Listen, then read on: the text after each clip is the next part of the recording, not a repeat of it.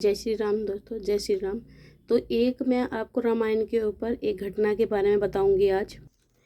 एक घटना घटी मुंबई के मोदबाग की 50 साल पहले। एक घटना घटा इस काल की है जिसमें हम सब जी रहे हैं। बुद्धि में समझना बहुत कठिन है। एक सोसाइटी के प्रमुख ने मुझे एक घटना कही। तो 50 साल पहले एक अयोध्या के संत रामायण की कथा सुना रहा था। रोज 1 घंटा प्रवचन करते। कितने लोग आते थे। साधु का नियम था रोज कथा शुरू करने से पहले आइए हनुमान जी विराजिए कहकर हनुमान जी का आह्वान करते थे और 1 घंटा प्रवचन करते। वकील कथा सुन रहे थे। एक वकील कथा सुन रहे थे। उनकी बुद्धि तेज थी। उन्हें लगा कि महाराज रोज आए हनुमत विराजे कहते हैं, तो क्या हनुमान जी आते होंगे। वे वकील ने महाराज से पूछा, महाराज जी आप रामायण की कथा बहुत अच्छी कहते हैं, परंतु रामायण की कथा हो रामायण की कथा हो वहाँ हनुमान जी हैं। आप गद्दी देते हो वहाँ हनुमान जी बैठते हैं। साधु ने कहा, हाँ यह मेरा व्यक्तित्व विश्वास है।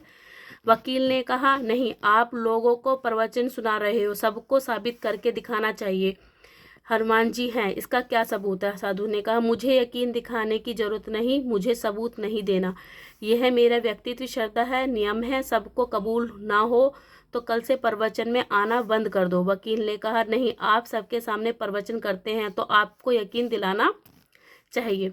महाराज जी ने बहुत कहा कि मुझे कसौटी पर नहीं उतरना, साबित नहीं करना, व्यक्तित्व श्रद्धा का विश्वास है। आप कहो तो मैं प्रवचन बंद कर दूंगा या आना छोड़ दूं। वकील ने माना, नहीं नहीं आप साबित करो। इस तरह संघर्ष बढ़ता रहा। संघर्ष की भी मर्यादा होती है। संत ने कहा, हनुमान जी हैं या नहीं उसका यकीन कल दिलाऊंगा, कल कथा शुरू हो तब प्रयोग करूंगा। वकील ने कहा, नहीं 1 दिन की मोहलत से लगता है कि आप कुछ करना चाहते हो। संत ने कहा, मैं 1 दिन में क्या करूंगा। वकील ने बोला, आप गद्दी रखोगे उसमें कुछ। महात्मा संत ने कहा, गद्दी आप घर ले जाना और कल आए तब गद्दी लेकर आना। मैं कल गद्दी यहाँ रखूंगा। मैं कथा करने से पहले हनुमान जी को बुलाऊंगा, फिर आप गद्दी ऊंची करना। यदि आपने गद्दी ऊंची कर ली तो समझना कि हनुमान जी नहीं है, यदि ऊंची ना हो कर सके तो समझना कि हनुमान जी है। इतना तो कबूल हो। वकील बोला, हाँ बिल्कुल ठीक है। साधु ने कहा, परंतु शर्त कौन सी। यदि हम दोनों में से कोई भी पराजित हुआ तो सब उसके बदले में क्या करेंगे। यह तो सत्य की परीक्षा है। वकील ने कहा, गद्दी ऊंची ना कर सका तो वकालत का धंधा छोड़कर आपसे दीक्षा लूंगा, और पराजित होंगे तो क्या करोगे। साधु ने कहा, मैं सब छोड़कर तुम्हारे ऑफिस का चपरासी बन जाऊंगा। सभा में सबको आश्चर्य हुआ। जो रोज नहीं आते थे वह भी अगले दिन इस तमाशे को देखने आने लगे। काफी भीड़ हो गई। मुझे लगता था कि साधु कैसे रात बीती होगी। श्रद्धा और विश्वास का प्रश्न था, भरत की संस्कृति सिद्धांतों का प्रश्न। महाराज के पधारे। वकील जी आए, गद्दी रखी। महात्मा जी ने सर्जिकल नेत्रों से आज मंगल चरण किया। आइए हनुमान जी पधारिए। हाँ, महात्मा की आंखें सजल हो उठी। ये मेरा नहीं, रघुकुल रीत की परंपरा का सवाल है। मैं तो एक आदमी हूँ। फिर वकील साहब को निमंत्रण दिया, आइए गद्दी ऊंची कीजिए।